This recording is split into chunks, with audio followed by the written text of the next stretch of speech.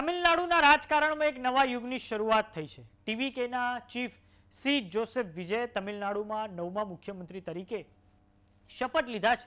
પદ સંભાળતાની સાથે સુપરસ્ટાર વિજય સંપૂર્ણપણે એક્શન મોડમાં આવી ગયા છે. તેમણે શપથ ગ્રહણ કર્યાની ગણતરીની મિનિટોમાં જનતા માટે મોટી જાહેરાતોનો પટારો ખોલી દીધો છે. તો આવો જાણીએ વિજય દ્વારા શું નિર્ણયો લેવામાં આવ્યા છે. નમસ્કાર, જમાવટ સાથે હું છું પાર્થ.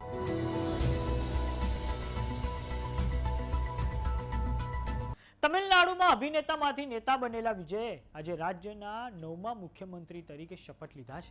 મુખ્યમંત્રી તરીકે કાર્યભાર સંભાળ્યા બાદ વિજયે સૌથી પહેલા મહત્વના દસ્તાવેજો પર હસ્તાક્ષર કર્યા હતા, જેમાં મુખ્યત્વે 3 મહત્વના નિર્ણયોનો સમાવેશ થાય છે.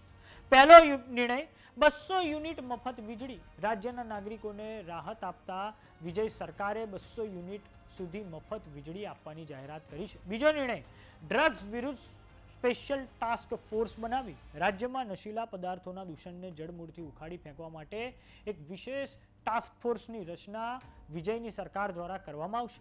આપના દર્શક મિત્રો જણાવી દઈએ કે પૂર્વ મુખ્યમંત્રી સ્ટાલિન એટલે કે દ્રવિડ મુનેત્ર કઝગામની એટલે કે ડીએમકેની સરકારના રાજમાં તમિલનાડુ રાજ્યમાં ડ્રગ્સ અને નશીલા પદાર્થોનું વેચાણ વધી ગયું હતું. આ કારણે પણ જનતાએ હવે ડીએમકેને બહારનો રસ્તો દેખાડ્યો છે. ત્રીજો નિર્ણય મહિલાઓની સુરક્ષા સુનિશ્ચિત કરવા માટે પણ એક અલગ સ્પેશિયલ ટાસ્ક ફોર્સ બનાવવાનો નિર્ણય. તમિલનાડુ રાજ્યમાં ડીએમકેની સરકારમાં કાયદો વ્યવસ્થાની સ્થિતિને લઈને પ્રશ્નો ખૂબ ઊભા થયા હતા. ખાસ કરીને મહિલાઓની જે સુરક્ષા છે તેને લઈને પણ પ્રશ્નો ઊભા થયા હતા.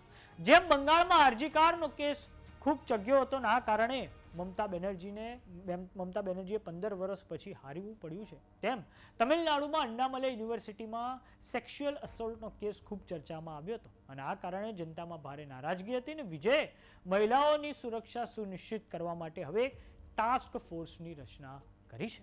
તો વાત કરીએ તમિલનાડુની, તો તમિલનાડુનું રાજકારણ 1967 થી એવું છે દ્વિધ્રુવીય રહ્યું છે, જેમાં એક તરફ આવે છે ડીએમકે અને બીજી તરફ આવે છે એઆઈએ-ડીએમકે.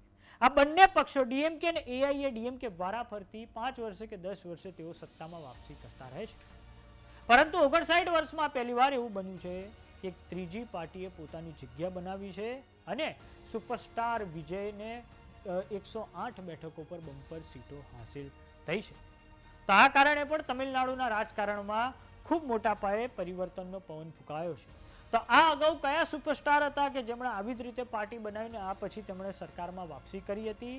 તો તેમનું નામ છે 1977માં એમજી રામચંદ્રમ, કે જેઓ એઆઈએ-ડીએમકે પાર્ટીમાંથી આવતા હતા અને તેમણે પણ આવી જ રીતે બમ્પર સીટો પર વિજય હાંસિલ કર્યો હતો. અને તે પછી 1983માં એનટી રામારાવની પાર્ટી, જે તેલુગુ દેશમ પાર્ટીના નામે ઓળખાય છે, તેમણે પણ આંધ્રપ્રદેશમાં તેમનું જે બુલડોઝર છે તે ફરી વળ્યું હતું.